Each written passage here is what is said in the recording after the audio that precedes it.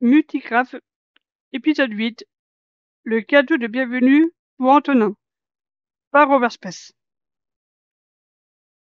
Allez, là, sur Overspace, et bienvenue dans le 8e épisode de Multicraft.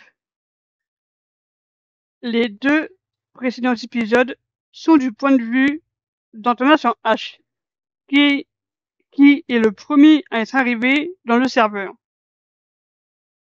Voilà ce qui s'est passé depuis le 5e épisode. J'ai fini l'aménagement de ma maison et j'ai réussi à capturer quelques zombies villageois que j'ai enfermés dans la cave, chacun dans un emplacement. Dans cet épisode, je dois chercher un cadeau de bienvenue pour Antou. J'ai désormais une règle sur le serveur, qui est d'offrir obligatoirement un cadeau de bienvenue aux nouveaux membres, et chaque membre déjà présent sur le serveur devra faire la même chose. Pour le cadeau d'Antonin sans H, je vais lui offrir 10 pommes en or.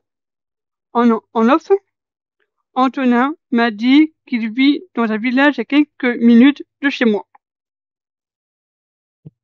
Je prends un coffre et une pancarte, et je vais en direction de son village, à pied. Quelques minutes après, j'arrive devant son village et devant un champ de blé. À côté, je mets le coffre, les 10 pommes dedans, et à côté, je mets la pancarte et j'écris « Cadeau de bienvenue de la part de Overspace ». Je rentre chez moi. C'est tout pour le 8e épisode de Multicraft. Pour le prochain épisode, je vous parlerai d'un projet que je ferai sur Multicraft. C'était Overspace. Portez-vous bien comme dirait l'autre et surtout, gardez votre swag. Merci d'avoir suivi l'épisode 8 de Multicraft et du premier de Overspace. Le prochain épisode sera du point de vue de Antonin Sanjas. Je vais vous donner une astuce pour ne plus du tout subir les critiques des gens. Ce qui fait mal dans une critique, c'est quand la personne en face dit vrai, mais qu'on n'ose pas se l'avouer. Donc le meilleur moyen pour ne plus subir la critique des gens, eh bien, c'est de se connaître parfaitement. Et c'est beaucoup plus simple que ce qui n'y paraît. Souvent, comme toutes ces techniques, ça fait un peu gourou et ça fait un peu genre technique de développement personnel, un peu bullshit ou je sais pas quoi. Mais je vous garantis que c'est une technique qui fonctionne parfaitement. C'est une technique que j'ai utilisée pour moi. C'est bien pour ça que moi, les critiques, ça me fait rien. J'apprends rien en fait quand on me dit quelque chose. Et le plus beau avec cette technique, c'est que ça va vous permettre de corriger ce qui vous plaît pas chez vous et donc de vous épanouir. Alors bien évidemment, ce que je vous dis ne fonctionne que dans la vraie vie.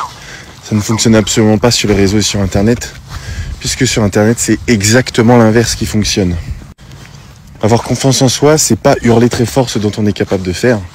Avoir confiance en soi, c'est avoir une pile gigantesque d'arguments pour pouvoir prouver ou contredire tout ce que les gens diront sur ou contre vous. Donc ce que vous allez faire, c'est extrêmement simple. Vous allez prendre une feuille de papier, vous allez prendre un cahier, vous allez prendre un carnet.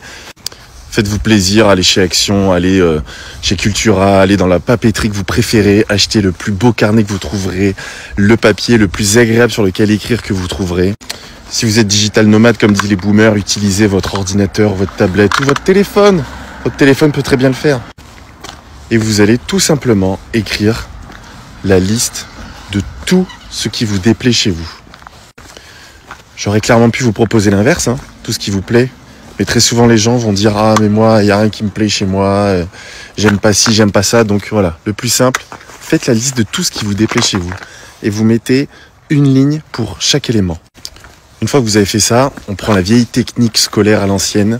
Pour chaque élément, vous mettez 3 arguments pour lesquels cet élément est valide. Donc, pour quelle raison vous n'aimez pas tel aspect de votre comportement ou tel aspect de votre physique ou tel aspect de votre vie de manière plus générale. Une fois que tout ça c'est fait, normalement vous devriez vous retrouver avec, je pense, au moins les 3/4 de tous ces éléments. Vous aurez les moyens de les corriger. Parce qu'on a toujours les armes pour corriger nos défauts ou en tout cas les choses qu'on n'aime pas chez nous. C'est juste qu'on ne se les avoue pas et donc on ne le fait pas. Et c'est là que vient tout l'intérêt des 3 arguments par élément négatif. puisqu'en fait ça vous donne une espèce de to-do list si vous êtes dans la Startup Nation. Si vous êtes un geek, ça vous donne une liste de quêtes. Vous voyez ça comme une espèce de fiche personnage de jeu de rôle. Et grâce à cette fiche de perso, eh bien vous avez vos quêtes, et en accomplissant les quêtes pour corriger chaque argument de vos points que vous n'avez pas chez vous, eh bien au bout d'un moment, ces points, vous les supprimerez ou vous les corrigerez, et comme ça vous n'aurez plus aucun problème avec vous. Bien évidemment, comme je le disais, l'entièreté des choses que vous n'avez pas chez vous ne peut pas être corrigée. Si vous n'avez pas votre taille, vous y êtes pour rien. Vous aurez beau mettre tous les arguments du monde que vous voudrez, vous ne pourrez pas le changer. Et la timidité, ça se change. Ne pas savoir dessiner, ça se change. Ne pas savoir parler une langue étrangère, ça se change. Ne pas comprendre des codes sociaux, ça se change.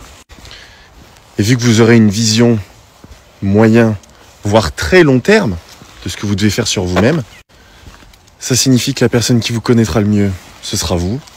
Et donc le jour où quelqu'un vous critiquera, il enfoncera une porte ouverte. Vous le savez déjà. Et en plus, vous l'êtes déjà avoué et vous travaillez déjà dessus.